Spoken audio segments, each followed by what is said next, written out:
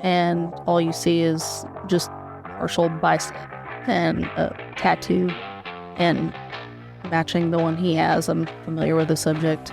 Been inside this residence, so he just starts shooting from behind the shower curtain.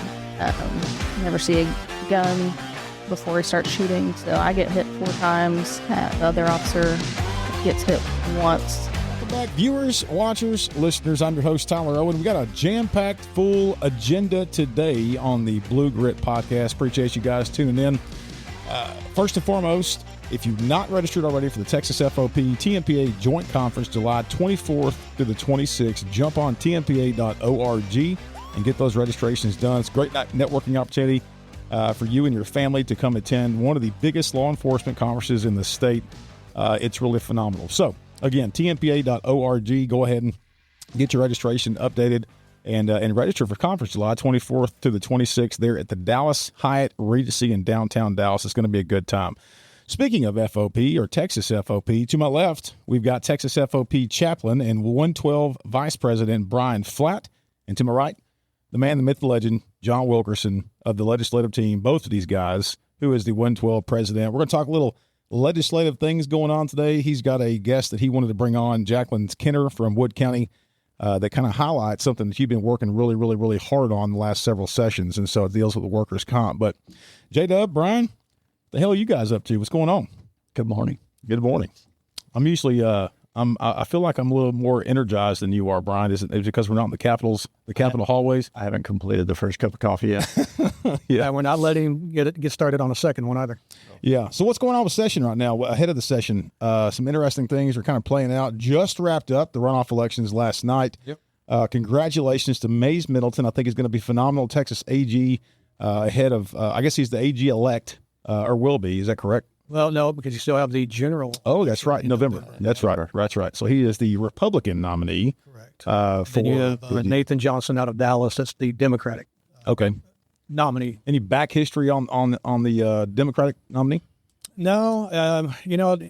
Law enforcement, we tend to get stuck on this Republican versus Democrat thing. I know. And, one of the things that's really hard to get through a member's brain is if you go back and look at the history of things, we got all of our protections, namely from the Democrats, and we got all of our tough on crime laws from the Republicans. That's pretty. And so, yeah, and then what we've seen in the past couple of years, I'm not going to call it a flip on that, but you're starting to see even some of the Republicans supporting bills that are a little bit weaker on crime. Right.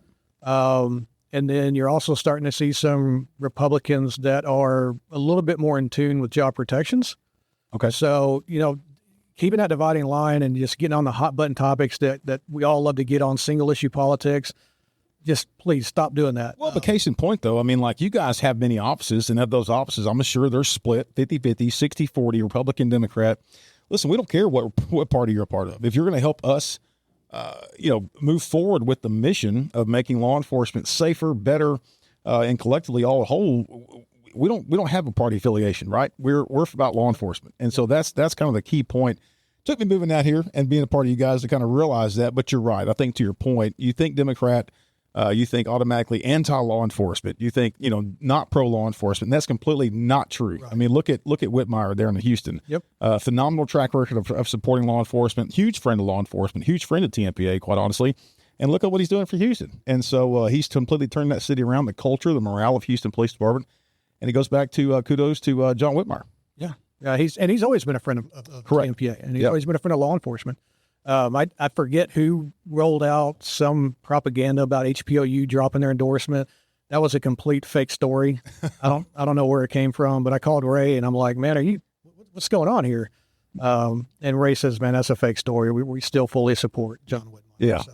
Yeah, I can't imagine why they wouldn't. And speaking of Ray Hunt, again, these guys, Bryan and JW, for those that don't know or have not lived under a rock, they've been on the podcast several times. They are legislative liaisons, huge instrumental role. They really do work behind the scenes, and they're the unsung heroes of carrying out the mission of TMPA. Every single offseason of the session, these guys work with other legislative stakeholders, for example, HPOU, DPA, to kind of figure out, what's the trajectory? What are we looking at for the next session as far as the legalities are concerned in the upcoming session for bills and so forth, and maintaining those relationships in Austin at the Capitol. it's really imperative to our mission. And so, again, the unsung heroes of TMPA that work kind of behind the scenes, these two guys are busting their butts, walking the hallways of the Capitol and maintaining those relationships during the off season. But, we're in off season right now, and just because the elections just came up doesn't mean that these guys are sitting on a beach somewhere drinking a pina colada. They're full-fledged ahead, and they're working hard. I'm getting some eye stares. I guess Bryan did just get back from vacation a couple weeks ago. No? Yeah. Okay. All right. I was 2 weeks on the road working. You were, yeah, that's right. Well, and you're also an instructor, former training coordinator for TMPA, and so you like to, or you fill in when you can, whenever those other instructor classes don't have instructors to do that. Right. And I was in D.C. for Police Week. That's right. With peer support, with support services, and then I was home for like 14 hours back on the road. We're traveling. To go teach. I'm not sure if Michelle doesn't pay our executive staff to keep you away from home. She does. I mean, there was a time she's like, hey, when are you going to be home for a while? And I'd be home for a while. And then she'd be like, when are you leaving again? Yeah, no kidding. I can leave now. Well, I know Michelle's going to be tuning into this episode. Huge congratulations to her and her new upcoming role with Georgetown Police Department. Super proud of her. Again, TMPA is a family. And so when our spouses that quite honestly bust their ass and help us complete the mission, when they're able to be successful professionally, we're going to be there and be their biggest cheerleader. So again, congratulations, Michelle Flatt, on being the the community services victim services. Okay, victim services coordinator for Georgetown. That takes a lot of compassion. And she's a TMPA member. There you go. Finally.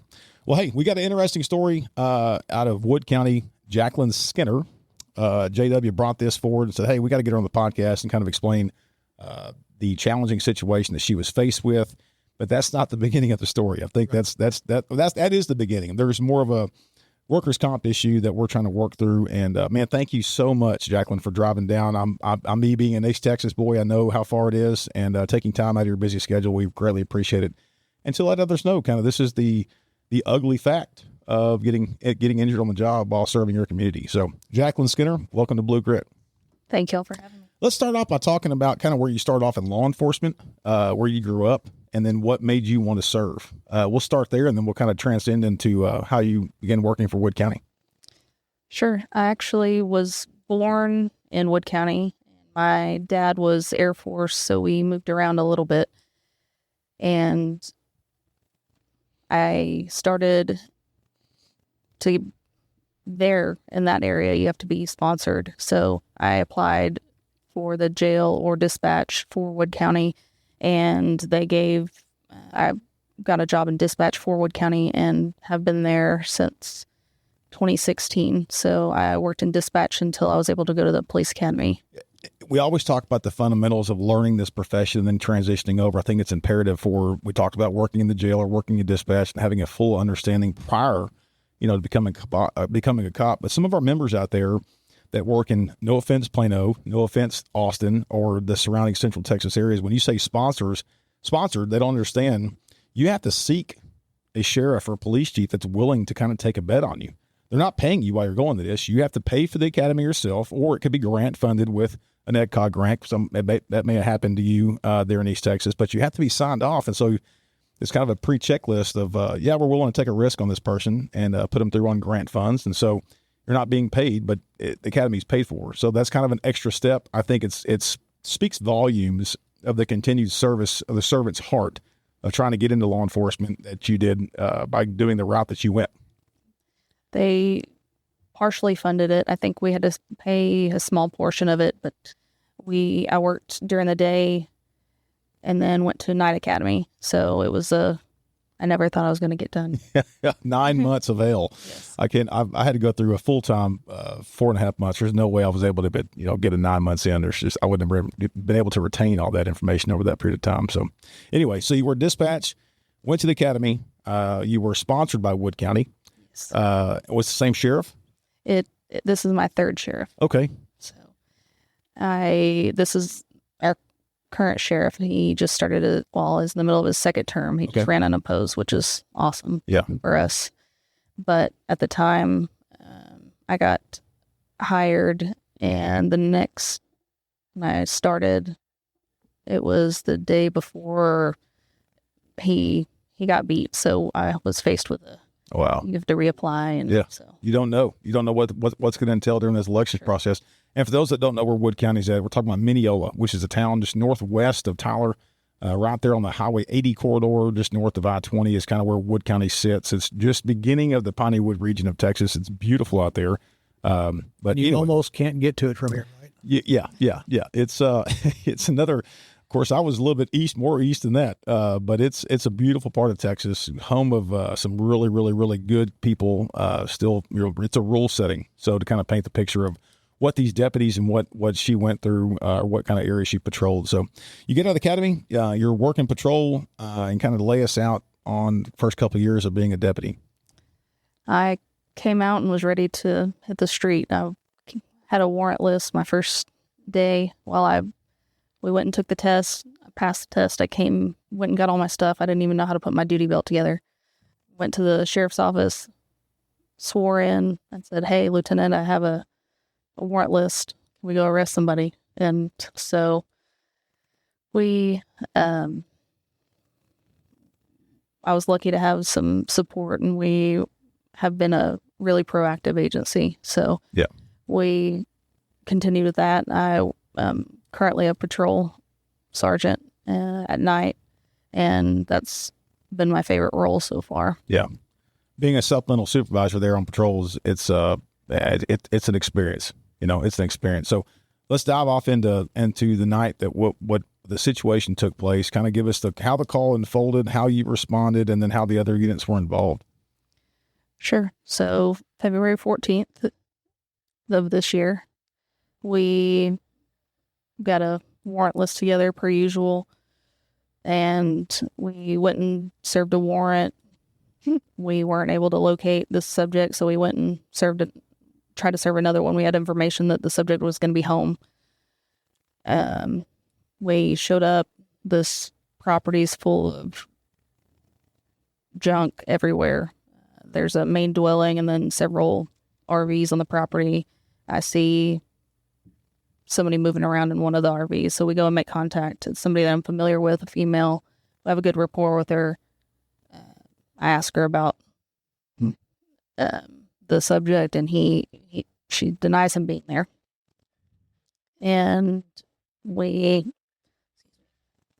didn't mean to cough on you. She denies him being there, but she's evasive. She's self-soothing. It's just everything in a roadside interview, you would search the car, right? Right. So I bring her away from the camper that she was in and just kind of talk to her about something else. She's still nervous. She's still looking at the house. I'm like, no, he's in there. He's got to be in there. I ask her about the cameras on the house. I said, who has access to these? She says, just me. We go on, and I said, okay, well, just so that we can say that we did, do you mind if we just check the house? We had more than enough to go in the house, but right. She lives there too, and I'm just, so she just looks distraught, but she gives consent. And we go in and clear the house, get through living room, kitchen, laundry area, going down the hallway, and the house is just full of junk. And the hallway, it's a small hallway with stuff piled up on the left side where we have an opening coming up on the right, and it's a bathroom. And she says, you can open it. He's not here. You can open that door. And so there's not room for, I've got somebody clearing the room with me, or the house with me. The other units were getting their vehicles to bring him up. There wasn't room for him to roll the door, so I breached my own door, let it breathe, and the shower curtain was partially open, and all you see is just partial bicep and a tattoo, and matching the one he has. I'm familiar with the subject. Been inside this residence probably half a dozen to a dozen times over the last 7 years. And I'd start ordering him out. He doesn't comply. I never see his face. He doesn't. So he just starts shooting from behind the shower curtain. Never see a gun before he starts shooting. So I get hit 4 times. The other officer gets hit once. The first shot goes in my right arm, and then I get hit twice in the neck, once in the hip. So one of the shots, that one knocks the gun out of my hand, and I'm not able to get back to my weapon. So I'm trying to get Hughes out, and then I go back down the hallway with my taser. Wouldn't advise that after watching that in a video, but we get out of the house. They ended up having to get him out of the window, the Hughes. Hughes is the deputy? He's a trooper. Trooper? Okay. So they have to exfil him through a bedroom window, and the subject keeps shooting throughout. It leads to like a 7-hour standoff. So multiple agencies, DPS, SWAT, Henderson County came out. They knocked a huge hole in the wall. He continued shooting. They tried gas. They tried everything, negotiations, but ultimately he was shot and pronounced dead at the hospital. But after Hughes and I were exfilled, we were treated on scene and taken by personal vehicle to different hospitals in our county, and not personal, but patrol vehicles. Yeah. And then stabilized and transported to a bigger town near us.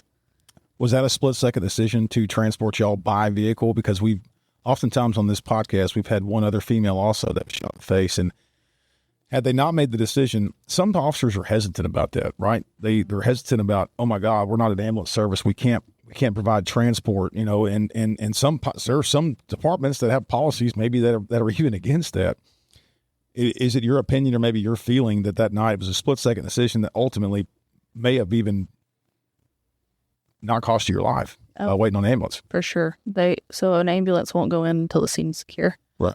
And so they were to meet us at an intersection, which was probably less than a quarter mile from the residence, and they weren't there. And so the deputy took me, and our shift is, there's typically at a agency like that, your shifts are close, and our shift is close. And I'm really proud of my guys. They know if one of us, we talk about it, we train for it, we know if one of us is in it that we're taking you. It doesn't matter what policy says. Yeah, that's right. Well, kudos to you for doing that. So they transport you most likely to Tyler? First to Winsboro. Okay. And then, he tourniquets my arm on scene. I told him, I think I've got one here, and I don't tell him about the neck because at that point I don't think that I'm going to make it. And I in and out of consciousness all the way to the hospital, and I don't want I know that they're going to have to go back in the fight, so I don't want them dealing with that, because these are people that we have at our family events. These are, yes, we're brothers in blue, but we're family. Yeah. So, get to the hospital, and he has to go back into the fight, and they stabilize me and bring me to Tyler, and kind of don't know a whole lot until the next morning. They go bring me into surgery, my right arm, which the bullet traveled up right at my elbow all the way to my bicep, ripped the bicep. It's in my shoulder blade still. So they put some pins and screws, and we're still hoping that the bone will grow back. We're just waiting to see. So during that process, you woke up. Obviously, you're now aware fully of kind of the recovery process, or what all took place the night before. You're met by your TMPA attorney, and y'all kind of get a game plan for that. Let's kind of fast forward it's a little bit, a couple months. Obviously, this is going to be a long recovery. You got shot in the hip, shot in the arm, two gunshot wounds to the neck. And to this day, you've still got some visible disabilities, struggle walking and things of that nature. I think police officers, you think, shit, if I get hurt, they're going to take care of me. I'm serving my community. Hats off to the VA, but there's some problems there too. But you think wounded soldier, they're kind of set after that. They're going to be taken care of. That's not the case with law enforcement. And I think this is something that JW and Bryan have been fighting a good fight, and along with Representative Jared Patterson, of kind of identifying, man, these were some problems. I mean, you're shot. You've been shot 4 times, serving your community, serving a warrant. Why isn't workers' comp helping? So kind of navigate around what your initial thought was. JW, you can chime in. You're also and you've been involved with this process during her struggles. But at what point did you kind of realize, man, something's not right? Was it the county HR? Was it comp? Or just kind of explain the process? Well, I was sent home without wound care, and I was starting to, order some supplies, and I was like, well, this doesn't seem like I should have to, order all of this, supply all of this. And so I started asking, like, well, we need an order for these there was only one type of bandage that would either stay on, or I wouldn't bleed through, or it would rip skin off of me. And so they asked for they told me I had to get an order for the bandage. And so meanwhile, I'm waiting weeks, and because I can't buy it, I would have ordered it myself, but I can't. I guess you have to have an order anyway. So they wouldn't order, still to this day, wouldn't order trauma shears or for me to cut. And I'm like, this doesn't seem right. What does this benefit me? Yeah. And then I started going back to the ortho, but he's only wanting to look at this one injury that he did surgery on, but I have all these other injuries and a lot of pain and ringing in my ears, and I can't sleep. And when I do try to sleep, all I can think about is the shooting. Yeah. So everything that I was needed approval, and everything needed a utilization review, and that could take 5 to 2 weeks. And I'm like, this is going to affect how I heal, During some of the legislative sessions that these guys have testified on, some of the state reps, we often kind of think about, you had insurance to the county, I'm assuming. Yes. And I know that they can't really cross-reference because it's workers' comp. Was that even discussed of like, hey, doctor, I've got personal insurance too. Like whatever workers' comp doesn't cover, can I at least kick in my health insurance that's covered through the county? I mean, to get at least the adequate care that you need. No, and that's one of the many problems that you have with the comp statutes right now is, I'll give you a great example, two great examples. When I was injured in 2009 fighting with a guy, again, I'd never been through the comp system before. I tell everybody when it comes to the comp, the veteran administration clinics are not very pleasant to go to. And the only thing worse than them is Texas workers' comp. So I got hurt. Really, really quick story. As I'm coming down, I don't want to cheese grate this guy's face on the pavement, so I stick out my arm. And then so now I've got my weight, his weight, and the weight of a guy named Frank Hawbecker out of Gillespie County that's coming down on top of us. And when I stuck my arm out, I heard my shoulder pop, and I immediately lost use of it and got in my patrol car, drove to the ER. They did an x-ray on it, and they said, follow up with your primary care physician. Okay.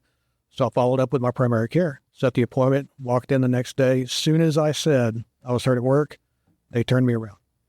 They said, we don't take workers' comp cases. I said, well, I've got insurance. And they said, no, you can't do it that way. So the minute you say workers' comp, you're done when it comes to the medical offices, unless they take comp cases, and unless they take comp cases from the carrier that you have. So you can't intermingle the two. Just to refresh everybody's memory, 88th regular session, we worked on House Bill 790 that Representative Patterson championed for us. And just to kind of reiterate what that bill does is that bill says if comp denies your claim, great. take your insurance, do fundraisers, whatever you have to do, go get healed, come back to work, and then go through the appeals process. And if you win, carrier has to reimburse all of your money. They already have to reimburse private medical. So if for some reason a part of it was accidentally captured on say Blue Cross Blue Shield plan, Blue Cross and Blue Shield, they can already go back and get some of that funding back. Okay. Problem with it is the rate of workers' comp is less than Medicare. So the amount of money that they'd have to pay their attorneys to send those notices and everything, most hospitals or most insurance carriers like, it's not even worth it. Right. So, but anyways, that bill passed unanimously out of the House of Representatives, unanimously. 148 voted for that. There was one present not voting, likely the Speaker of the House, and there was one absent. Gets over to the Senate, and it dies a horrible death over in the Senate side. So we've been working, continuing to work.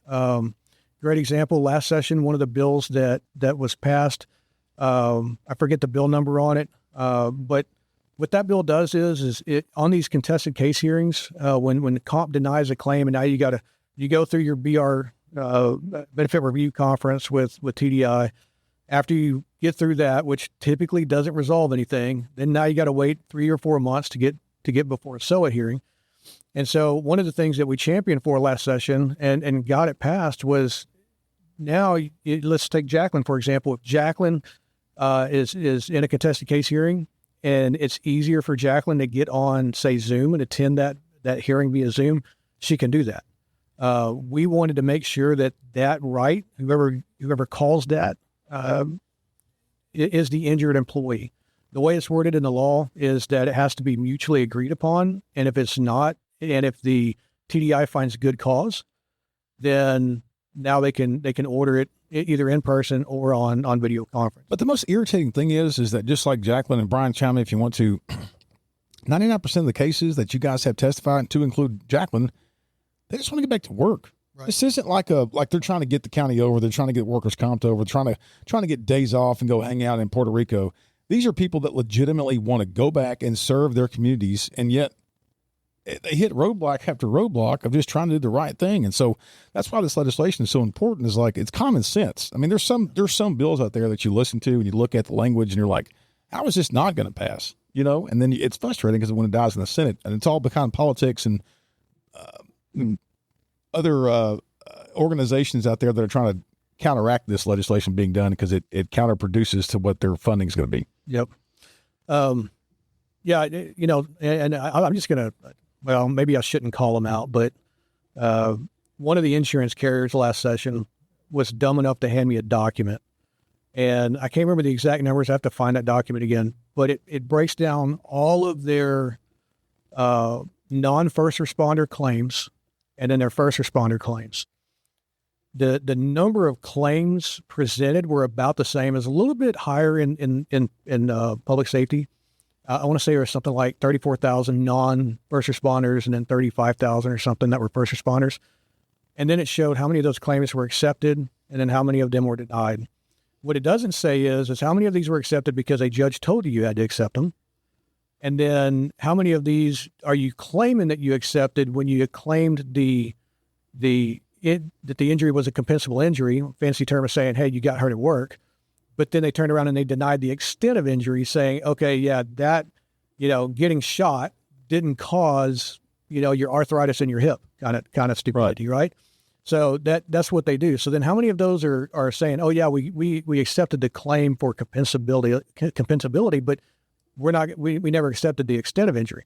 And so, but what I found was interesting with that report is the number of denials, even though the number of claims were about the same, the number of denials for first responders were 3-1.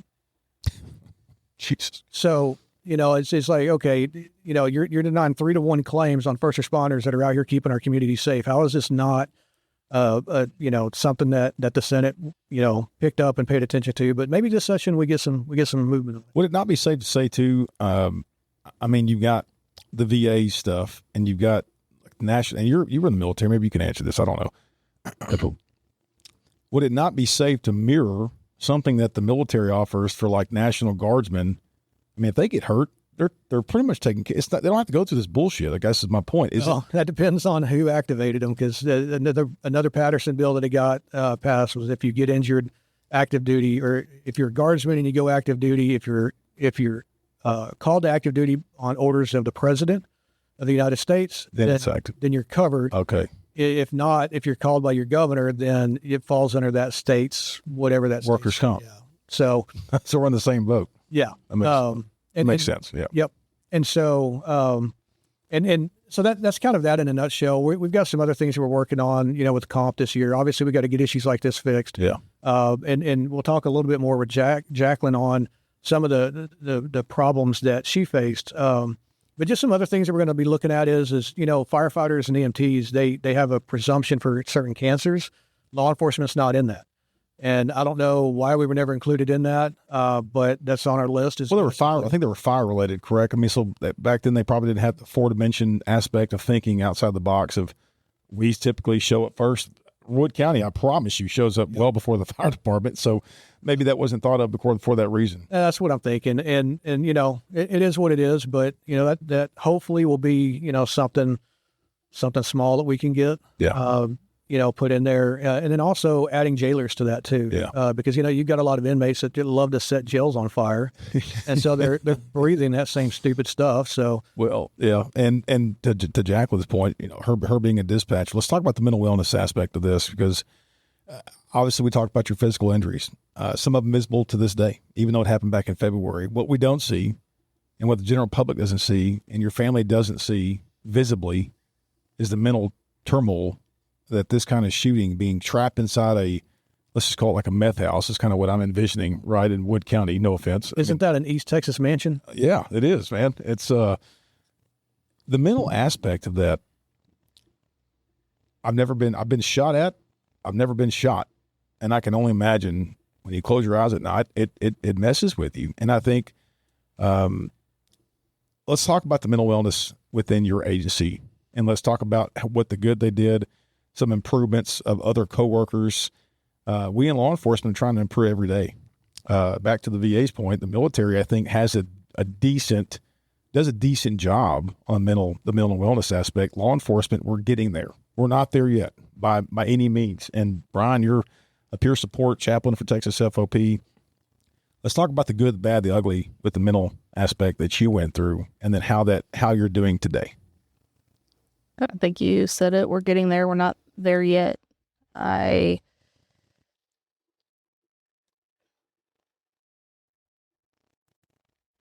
probably not politically sound for me to say, but like I said earlier, our sheriff, he ran unopposed, which is wonderful. And he's starting to get things done that he wanted to get done. Right. But he can't magically make our staff double like we need. Yep.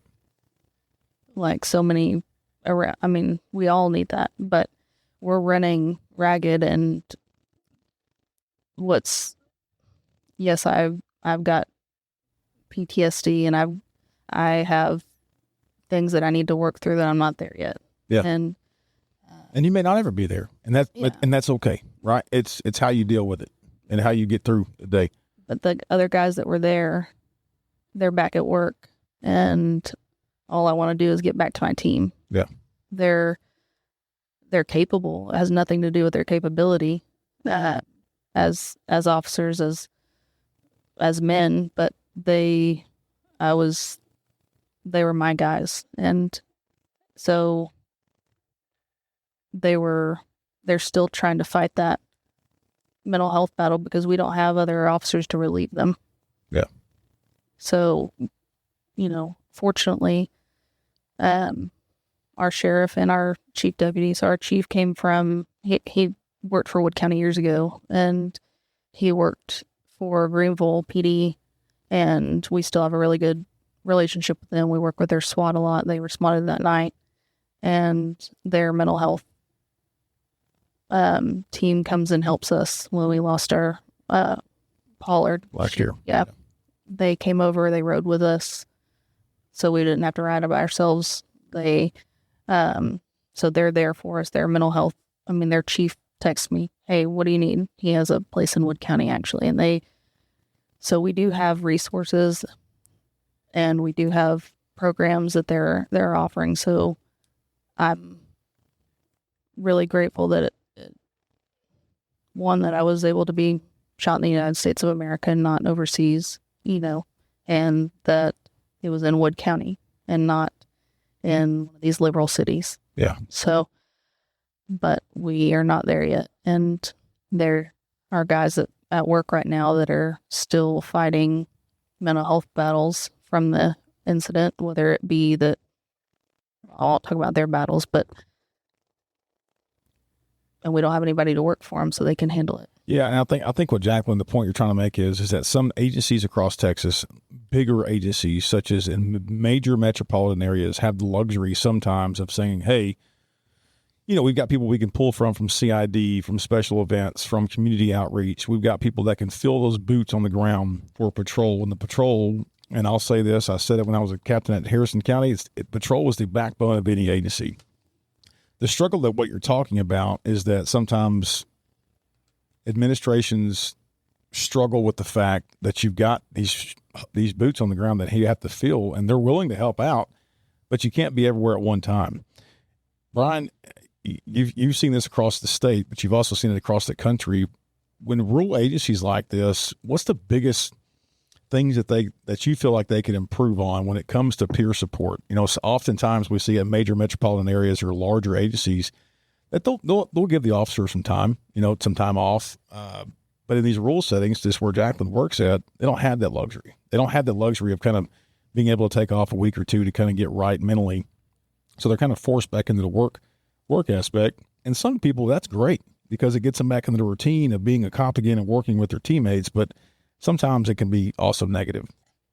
Yeah. So in particular with our smaller agencies, like Jaclyn was talking about, they don't have enough manpower to come in and say, hey, we need, whether it's 1, 2, 5, however many officers and deputies, go get some assistance. And now we can send our detectives in, our other specialized units, depending on how big that agency is. Not everybody has that luxury to do that.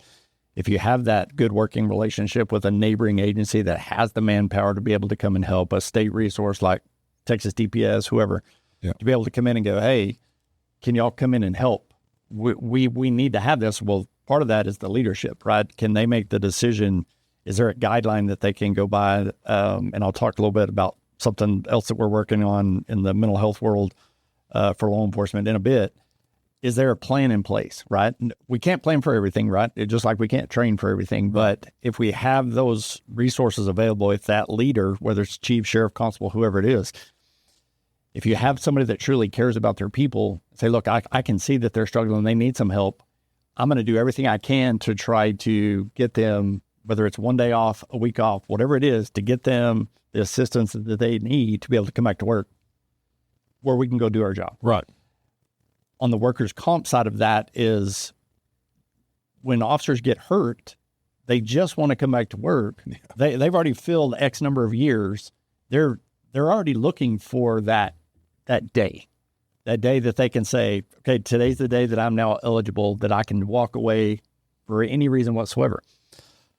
Well, if they knew that going in, that everything is not going to work in their favor should something happen, right, well, why get into the job, right? We'll talk about that on why we're going to be testifying tomorrow in a hearing of the mental health side, the peer support side of things, of even if we can just go and say, not everybody has the resources, even if that's, 1,000+ times that I've been told, once an officer came back to work and it was like, nobody checked on me. Nobody would even talk to me. Well, a lot of that has to do with, because they don't know what to say. That's right. They don't. Yeah. They care. Most of them care. They just don't know what to say. Well, the old adage of, hey, are you okay? We're going to say what? We're okay. Yeah. Right. And it's, hey, how are you holding up? And like I tell people in the peer support side of things is, even if you just need somebody to sit there and be quiet with you, that's what we do. Yeah. And at some point in time, I've got the shoulder for you to lean on. We'll have the conversation. I have the resources available to get you professional assistance outside of that. But it's the struggle that these small agencies are going through. I mean, there's you can name it.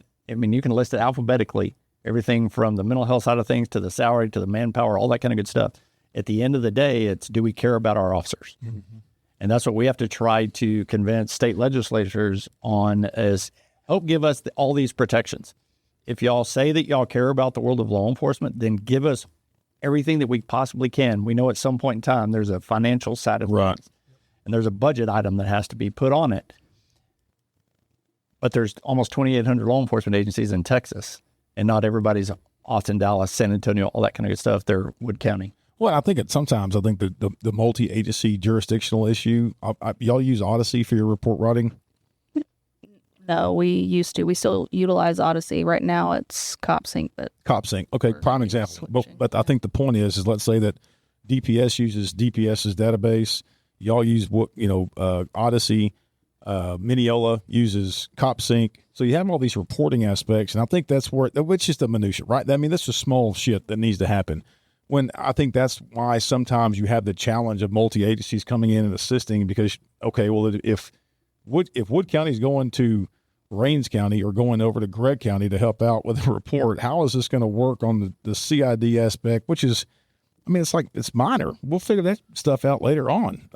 I think we were pretty good at Greenville's not all that close to us, and we wrote it on a document and handed it in. For them to do that, that's phenomenal. That's awesome. It really is. They rode with us, and I mean, it's a good team that we have with them. But I think the budget item, I mean, we have a sheriff that's fighting for us to try to get more officers, and we have a county judge and an auditor and a county commissioners that keep saying no. But well, let us know how we can help. We will gladly take on the burden of picking a fight with politicians that aren't committed to public safety. We just won that battle in Polk County. Thank you, Judge Sidney Murphy. You're out of a job. Anyway, back to the story. Yeah, and I just, for the administrators listening to this podcast, HB 33 was passed last session. That was the Uvalde Strong Act. And that bill requires every agency that is identified by the sheriff and DPS that may respond to an active shooting event at a school, they have to enter into an MOU.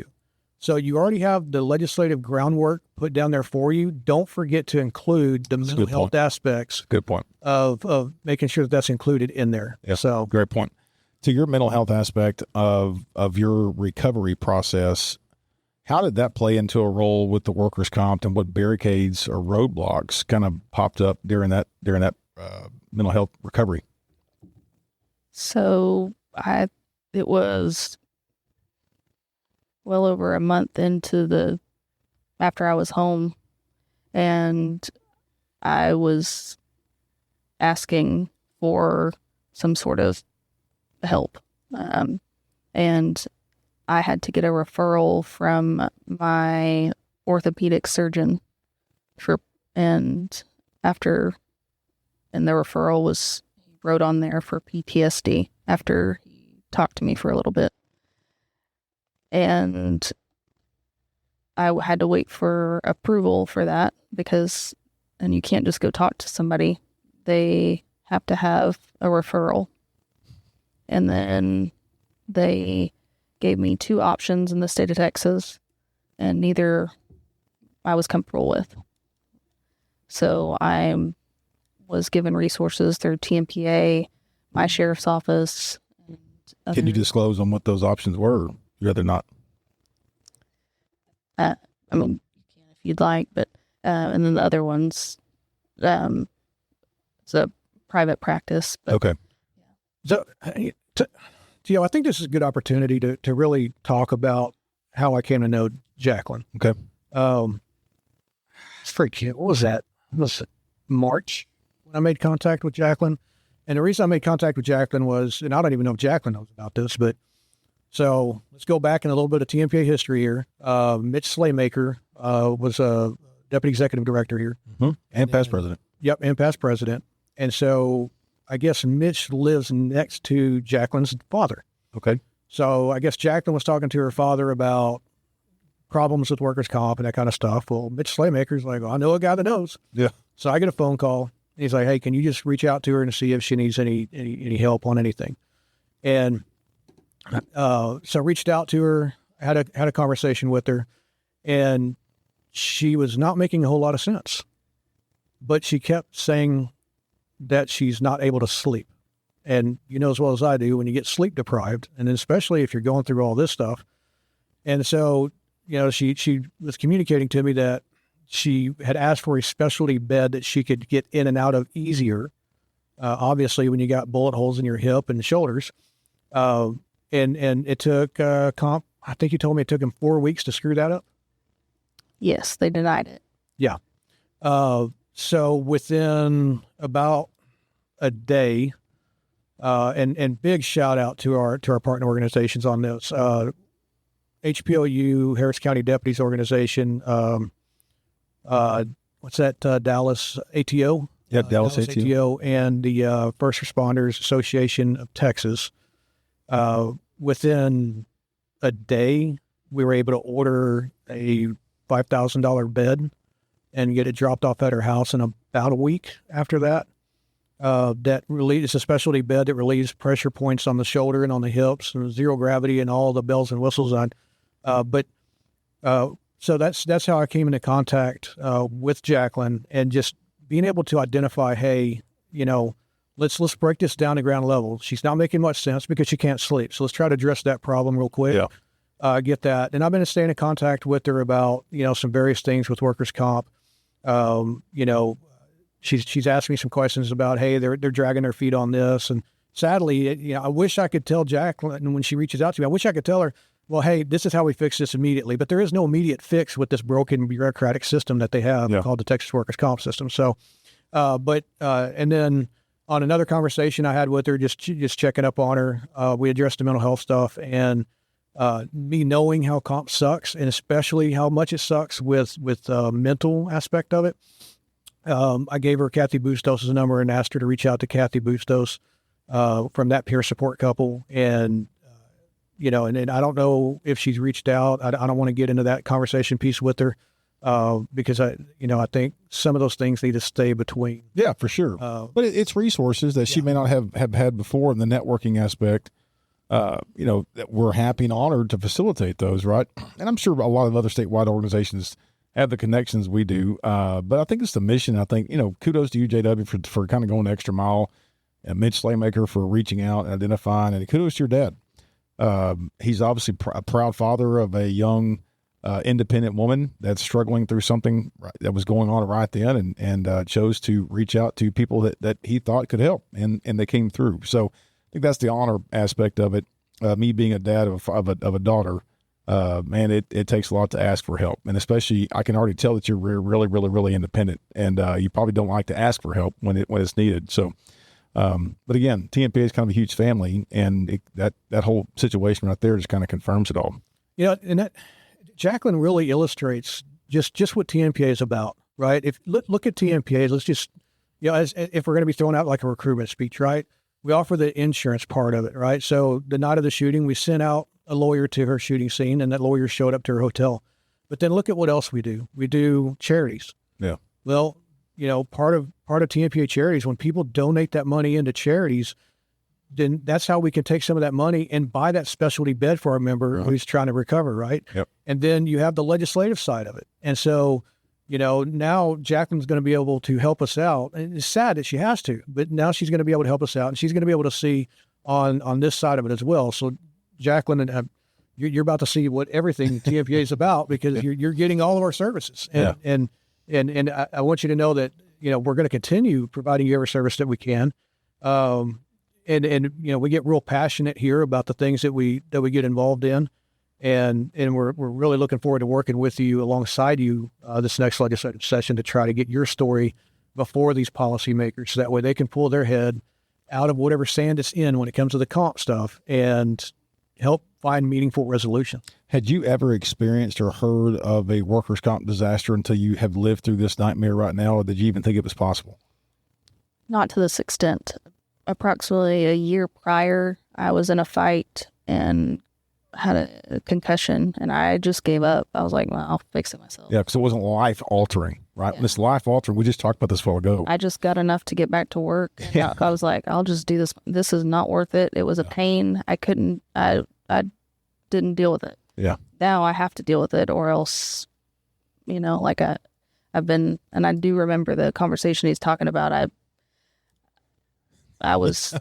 hadn't slept in you were loopy. weeks. Yeah. And I wasn't even on pain meds because I couldn't even get those. They wouldn't get my medicines right.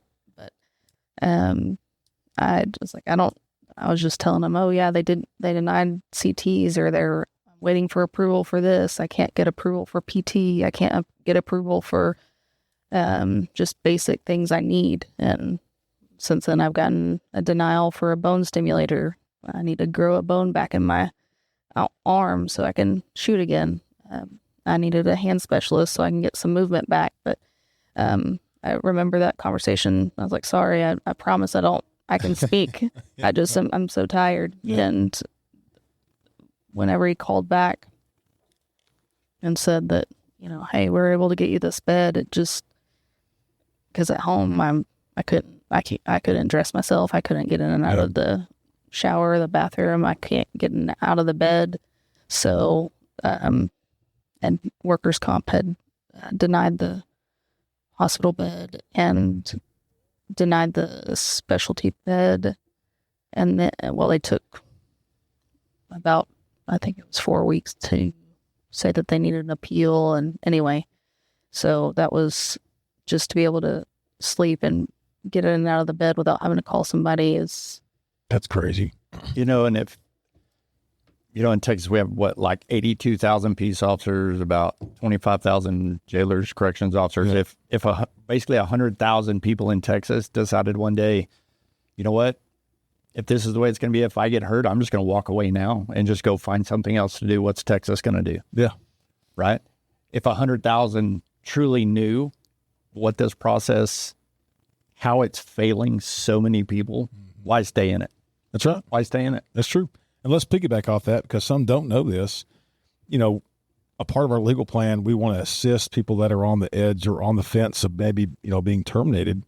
And the sad part is, why don't you touch on the fact that a lengthy workers' comp battle you could be subject to termination. There's not a whole lot of legalities at TMPA. We're going to fight for you, but there's not a whole lot there. Discuss that real quick, because people don't know. Yeah, so a couple things. If you're a civil service agency, you have up to a year.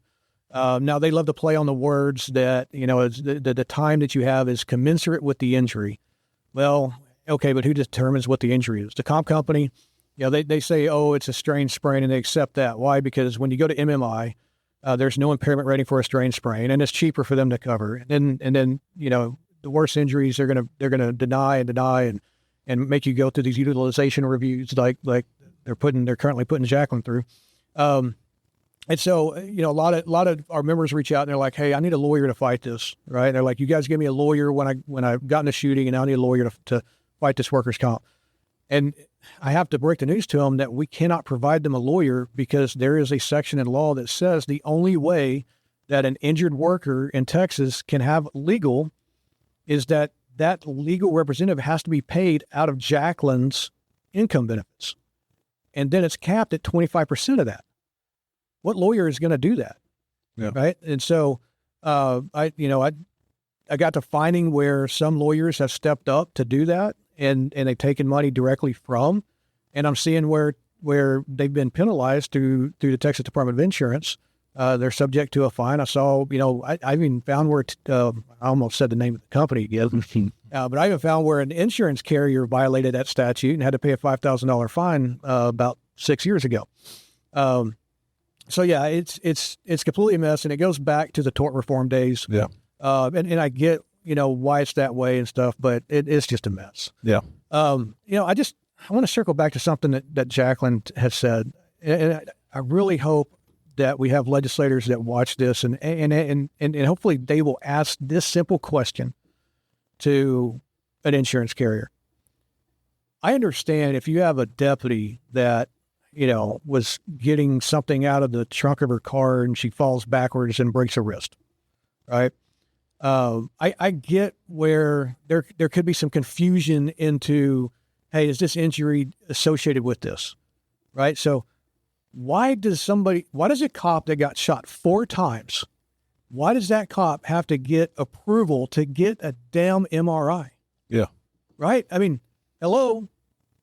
He'd been shot. Yeah, 4 times, right? I mean, it's just, it blows my mind. But that's part of the warfare that these insurance carriers use to try to just get you to go away and then claim, and I don't know how you claim that one. Like with me, I guess I could have said I fell off my roof getting something off of it for my shoulder. But I mean, I don't know how she would claim, well, I accidentally shot myself 4 times, right? I mean, how do you bounce back? It's just crazy. But back to your question about the protections that you have. So if you're civil service, you have that year, last session or session before, we got that extended to every law enforcement agency in the state of Texas. So now it doesn't matter if you're civil service or not. Outside of that, if you work for an elected official, there's a provision in Article 3 of the Constitution that says that you cannot be terminated because of that injury until that sheriff leaves office. So now, does that mean that sheriff's not going to find a different reason to let you go? Right. Right. So, and the longer it takes you to get back to work, the more inclined these more risk agencies are going to be willing to take on you, right? So, and that's another aspect that we need the legislature to think about. We need the local policymakers to think about. When we talk about local policymakers, talking about your mayors, we're talking about your county judges and your commissioners and your city councils. Yeah. We need all of them to understand that, and get on board with holding these people accountable. Because I guarantee, I promise you, one of these, and I'm going to say they're the worst. They're the absolute worst one out there. I'm not going to say their name because I associate them with the bad guy, and you just don't ever say the bad guy's name, right? But that particular entity, 2 sessions ago, had a really bad reputation in the legislature. Several legislators called them out for lying openly. And if the cities that participate in that, if they knew, if they would just click, it would just click. Hey, I'm paying this organization to provide workers' comp insurance for my employees, and I need them to get my employee back to work. If they knew all the runaround that these folks were doing, they would probably fire their asses and find another insurance. They may not, though. You never know. Well, there was one city, and I've got an article that we're going to be sharing with the legislature, but there's a city in Texas where an officer was killed. It was a car crash situation. The officer was killed. There was a settlement. I think it was like an 18-wheeler or something. But anyway, so the spouse got a lawyer, and they ended up suing the insurance company of the other person. Okay. Well, what the spouse didn't know is that the insurance carrier is segregated back, which means now that comp carrier can step in and recover their money back out of that settlement. God. And when they say no, what do? They sue the widow, like they did in this Texas city. But you want to know the shadiest part of it all? They don't sue under their name. They sue under the city's name. So that would be the equivalent, like the town that I live in, Kempner. If that happened to one of our officers in our comp carrier, which is the same damn comp carrier, by the way, I'm trying to figure out how to get away from them. If our city, if that happened there, then it would be not, whatever intergovernmental risk pool. It would be the city of Kempner versus the widow. Kempner versus the widow. Wow. And that's how, and they hide that in their contract language. Wow. That's incredible. Yep. Well, that kind of segues into kind of what another thing that we're, going to briefly touch on here, but, there's a hearing tomorrow, and, we've talked about a lot of things, and Bryan, you brought it up earlier. What happens if 86,000 licensees all of a sudden wakes up and realizes I could be the next Jaclyn Skinner? Yeah. And so there's actually an interim hearing going on tomorrow in the House Homeland Security, Public Safety, Veteran Affairs Committee. They keep adding more things to that committee. Let's see. But it has to do with studying workforce challenges affecting state and local law enforcement agencies, including recruitment, retention, moral injury, training, and pipeline barriers. And that kind of fits right into this right here. And, we asked Jaclyn to come down and tell her story before this committee. Oh, okay. She'll be down tomorrow, though. Absolutely. Oh, cool. And so I think that, maybe, and I'm hopeful that maybe some of the light bulbs will start going off. Yeah.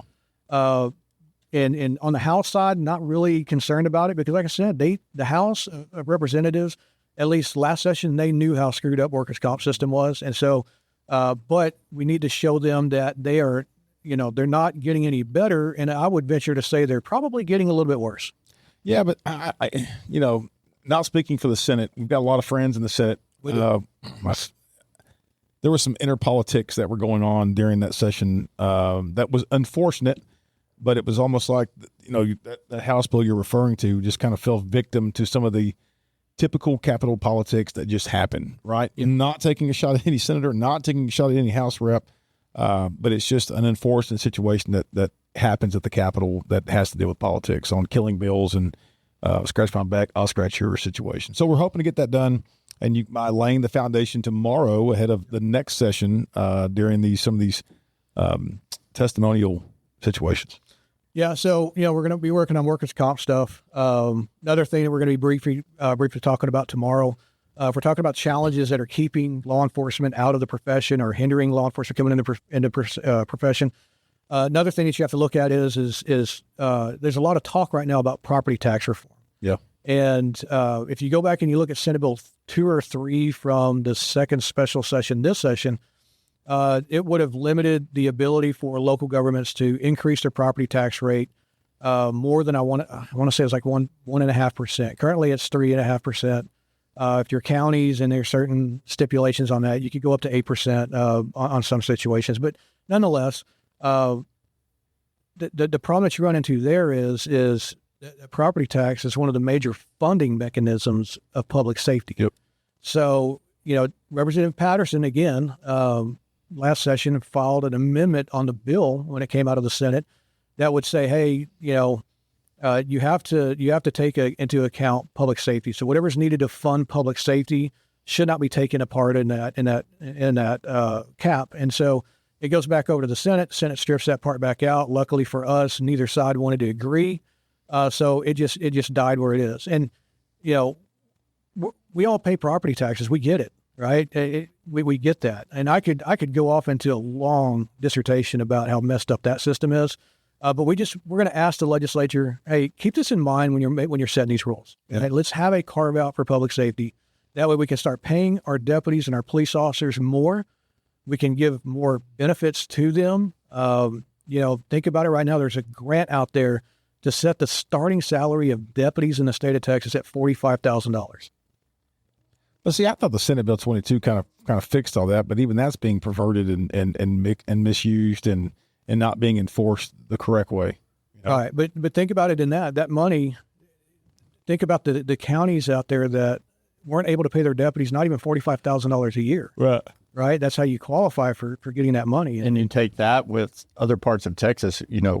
Fantastic. They were able to at least get them to $45,000 a year. Right. When there's other places in Texas that are $60,000 more than that. So wait a minute, I can go be a deputy. And so then you're looking at, okay, why stay here? Well, I can go make another $60,000 over here, right? So what you're saying is I can make $34,000, get shot, and then my shit's not covered for workers' comp. Like, where do I sign up for that job? Yeah, exactly. Yeah. Right. And then you can't work security while you're out. Yeah. Which is a huge. I mean, it's a part of your life. Which, before we crack off into the next subject, a little shout out to all of our members watching this. And Jaclyn, I don't know if you know this, but hopefully you have reached out to the Texas Attorney General's office for crimes victim compensation because you are eligible to receive money from the extra jobs that you can't work because of this. So if you did not know that, make sure you reach out to them. And all of our other members that get hurt on the job that lose money from. We know some people. We just took care of them. Yeah. Yep. And speaking of that, at any point in time, was anybody from your local DA's office, their crime victims people, did they reach out to you that you remember? Somebody from crime victims has contacted me, but since it's I'll ask you how it works later, but somebody's called me after I got out of the hospital. Okay. So we talked about the fact that the pay is low. We talked about the fact that if you get hurt, workers' comp is really going to do you more damage than good. And one of the areas that they're going to do you more damage than good is in the mental health. Yep. So, Bryan, you want to talk about what we're looking at on the mental health side? Yeah. So looking at, we already have some protections now, but to really try to shore up the peer support throughout Texas and the confidentiality in there. I like whenever I give people my contact information of, hey, because a lot of places are, for whatever reason, the list is long. I don't feel comfortable reaching out to a peer that's at my agency, so Like, it's good for me whenever I say, hey, here's my contact information. We never even have to look at each other. You can call, text, email, all that kind of good stuff in there. But really trying to shore that up, because one of the topics in tomorrow's hearing, they brought up the moral injury part in there, which that's a whole section in and of itself on what is moral injury in there. But to really try to shore up the confidentiality protections in there. And like, I've already reached out to certain people that I know that are way smarter than I am on here of, hey, let me know what language you would be comfortable with so we can start having this conversation in there of being able to, because this committee that's in there, they're, for the most part, they're 100% pro law enforcement, right? You would agree, JW? Yep. They're 100% pro law enforcement. But it's after that, whenever next session actually starts in there, on how much support do we have going forward in there, where like I already know from back the hearings that they had after the Kerrville flood. Right. And there's a state legislature that was in that hearing talking about the flood stuff, who brought up the fact of he has a friend, a very close friend or something like that. There was a firefighter and had already been in contact with them and talking to them about all the emotional side of things of what they saw out of there. And that state legislator actually brought up about peer support. There you go. That we need a stronger peer support. And I remembered that, and all I got to do is go back and find that date because it's recorded. And if we need it, I'm going to say, if you'll refer to that video right there. Yep. So if they try to say that they don't want this, say, well, back on this date you did in there. But if they're trying to strengthen the law enforcement workforce, well, this is part of it. That's right. Right. We're never going to since we're not working anymore, they're never going to make enough money. Yep. Right? They're never going to make enough money. But it's said time and time again, I will keep this $45,000 in this part of Texas because I have a really good boss. I have a really good leader in my agency that cares about us, and they genuinely help us. And I'll stay here for 45 versus going somewhere else to make 100,000. I completely agree with that. With that chance of having that not so nice boss in there, right? So that's going to be one of the topics. And Bryan, just to touch a little bit more on that, the problem that we're looking at fixing in there is that little blip in the law that says that it's confidential unless the court or the fact finder. So if it's an internal affairs investigation, that fact finder may be your chief of police, and so it's confidential unless they determine that. And I've got it written down. Because the wording is like it may. They may. Okay. Yeah, they may allow disclosure if they determine that disclosure is more important than protecting the privacy of the officer. So that's a pretty wide road that you can go down to find out, hey, at what point do I say my reputation as a chief administrator and whether or not I'm getting out in front of this in enough time, or, I've got an officer that I dislike and now that officer got involved in a critical incident. They have their peer, and you know what? Maybe the first thing that officer said is, our chief's a freaking dumbass. How come he's not paying for the stuff that they need to pay? And now if that chief finds out that he said that after that highly emotional event, now that officer can be terminated. And so we got to get that loop. And I think the true intent of that is like what is already taking place in peer support is I can have that conversation with somebody and it's completely confidential unless that person, male or female, says that they are going to go hurt themselves or go hurt somebody else. That's when it's no longer confidential and I start trying to reach out to prevent somebody from getting hurt. Right. Outside of that, that's just, it doesn't make sense on how some of this stuff is written in here for the protections of us. If you want us to be healthy physically and mentally, then we need all this in place. Yeah, law enforcement's not pretty, and it's not easy, right, to kind of work through that. And that's why the beauty behind what you guys do is you're trying to correct that on the legislative front and work with these legislators to get this stuff done. And it sounds like we're just doing that. And Jaclyn's a prime example of that. Oh, yeah. I'm happy to kind of her join this fight or the team, right, to get the workers' comp situation rectified and corrected. So yep. I think that's part of the reason that we're scared to talk. I mean, we're in general more paranoid individuals anyway, but one of the first times I started talking about mental health, they handed me a paper for PTSD and said, fill this out. I said, and if I do, where does it go? I said, I don't want to fill this out, so that would be great. Yeah, for our non-law enforcement people out there that don't understand what we're talking about, what Jaclyn's referring to is that, there's a barrier there when sometimes these PTSD events like this take place. The scary part for cops is that we don't want those in our personnel files. And the reason for that is because it could be discoverable for defense and really affect cases that we care about because we go out and do the job of law enforcement that could taint our ability to testify for these events that were for the arresting aspects or during court proceedings. And so to her point, we shouldn't have to live like that. We shouldn't have to live in fear that these, PTSD moments or peer support moments or outreach moments should not affect our personnel file and be accessible to defense attorneys. And so to her point, I wanted to kind of bring that up for our non-law enforcement. And part of the PTSD is trying to get people to recognize this is not a disorder. It's right. If you're going to say it, say either post-traumatic stress or post-traumatic stress injury. If we're injured, we have the chance to be healed. Right. Yeah. Yep. And and if they don't, unless you're covered by comp, then and that's part of the talk for the support stuff in the mental health side of things is the workers' comp. Yep. Part of that. Yep. Now, I cannot. So when our members call in, if it's a complicated one, field reps will ask me to reach out to the members. And I think just about every member that I've talked to that's been dealing with comp, and I've talked to a lot, each and every one of them have had two solid commonalities. It's what you touched on earlier, T.O., is they just want to get back to work. Yeah. Right.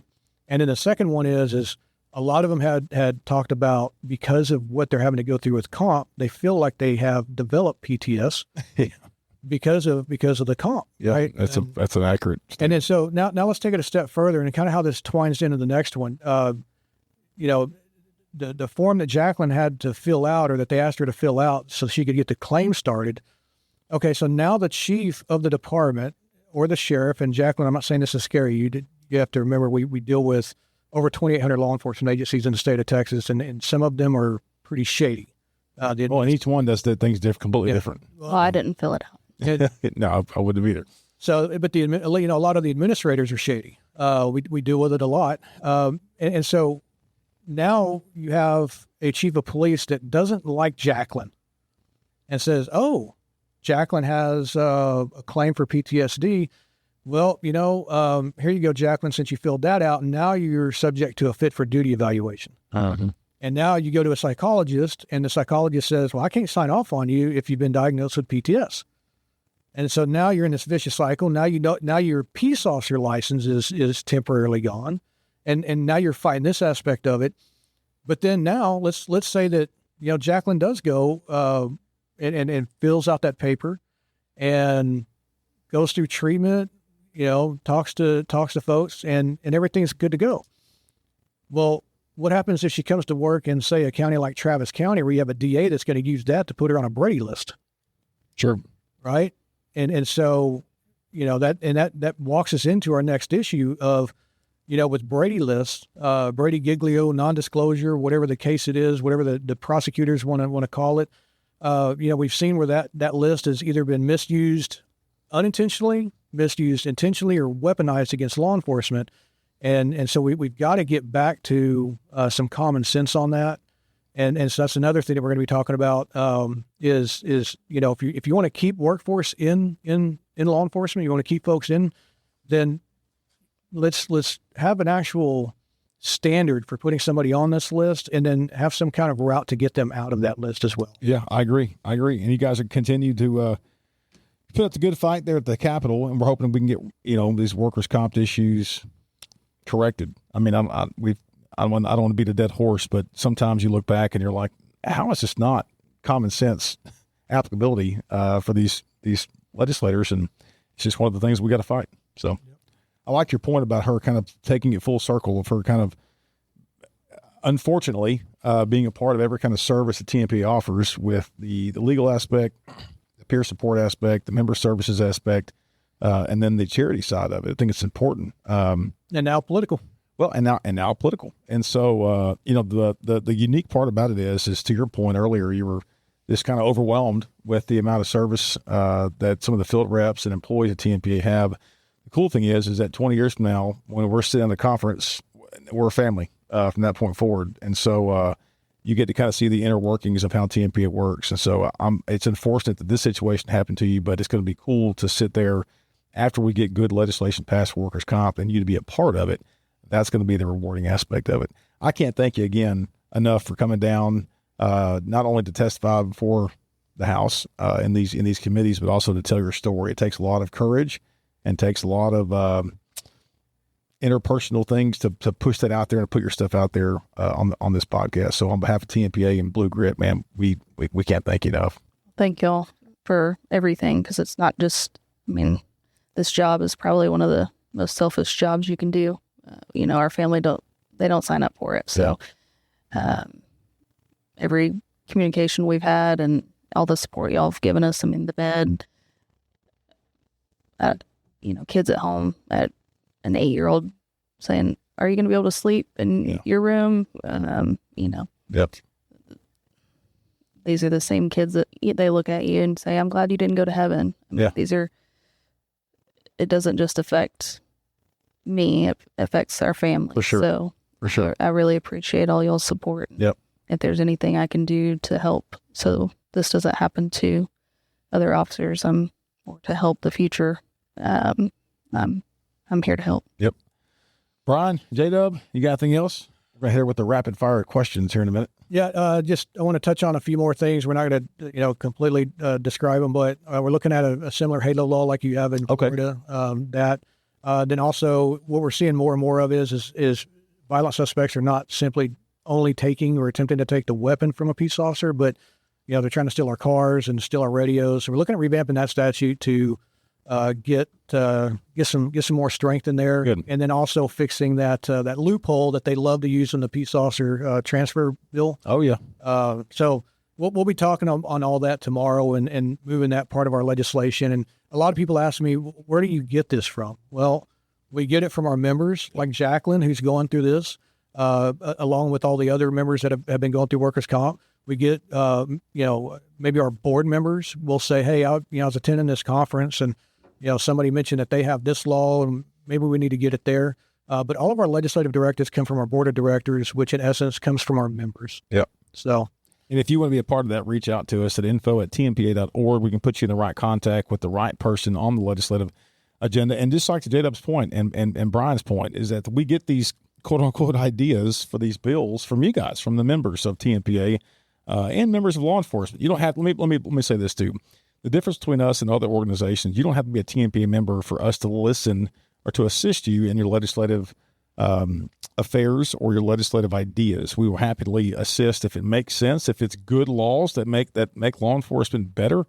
Man, we're here to help, and your affiliation with us is not a part of that conversation. So again, reach out to us at info@tmpa.org. We'll kind of shoot the email over to these guys and let the team get to work on it. So, and like last week, whenever I was up in the Panhandle teaching, I brought up the fact that we're going to be having this hearing tomorrow, and asked them anything that you feel like from your perspective on the agencies that are represented here in this class this week. Send me the idea. And if I get the opportunity, I'll present that either at the hearing or sometime during next session to let them know, hey, you're not forgotten. Right. You're part of the 2,800 law enforcement agencies, and I got an email this morning. There you go. It's about a page and a half. Yeah. Hey, you asked, and here it is. Here it is. Yeah, you asked, you shall receive. Yeah, and so that's part of it. And they're a member, and I said, I'll do everything I can to get your idea out there. There you go. So, well, this wraps up the podcast. Hey, have you seen any podcasts prior to you coming on? Are you aware of the rapid fire questions? We don't want to spoil it if you have not.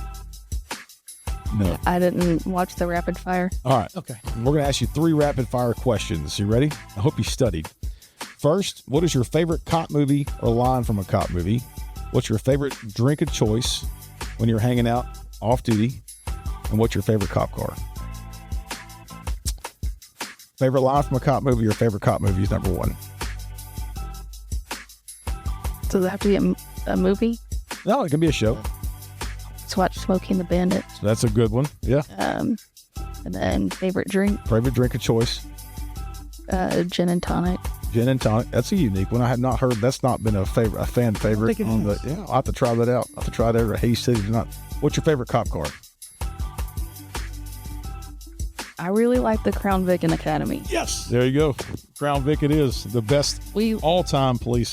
lit the brakes on fire twice. I don't doubt that. I don't doubt We, that for sure. we had a lot of fun with it. Crown Vic is the number one answer for sure. Anyway, Every once in a while, you have somebody that'll claim the Caprice. the Caprice, the Impala, the Tahoes are nice for the size, but it cannot beat the Warhorse, the Crown Victoria. So Absolutely. as was our probably common issued vehicles when we were policing. But anyway, hey, again, TMPA Texas FOP Joint Conference, July 24th through the 26th, Dallas Hyatt Regency. Hope to see you there, Jaclyn. It's right down the road from you. It's maybe an hour and a half drive. You can come hang out with the TMPA guys and gals and work on some legislative. You get TCO credit. You get 8 hours of TCO credit. First time in several years, we're going to give 8 hours of TCO credit out for the TMPA Texas FOP Conference. Real quick shout out to the Ruby sponsors. I want to talk about this. Home Wealth Management, AT&T FirstNet, and East Coast Amusement. Thank y'all so much for your Ruby level sponsorships for this conference this year. We look forward to hanging out with you guys, your teams, and for your teams to get to associate and hang out with our members there at our conference. Again, this is a family event. There'll be spousal events on Saturday, spousal events on Sunday. We're going to change it up a little bit this year. By the way, we got cop karaoke going on Friday night. So if you're interested, you or your association can enter to be the cop karaoke winner. So $50 entry fee. It'll go to TMPA Charities. And we'll look forward to seeing you guys there. Plus, we got the purse bingo on Saturday, and I think we have another spousal event going on Sunday. Again, it's a very good networking opportunity. If you've never been, I strongly encourage you to go. You'll get to hang out with all of us and network with other law enforcement professionals across the state. Again, tmpa.org. Register now for the Texas FOP and TMPA Conference, July 24th through the 26th. J-Dub, appreciate you stopping by. Bryan, appreciate you guys carving out some time in y'all's busy schedule to stop by the podcast. And absolutely, it's always a pleasure, man. It's always a pleasure. Well, hey, this wraps it up. You guys take care. Stay safe. God bless you. And as always, may God bless Texas. We're out.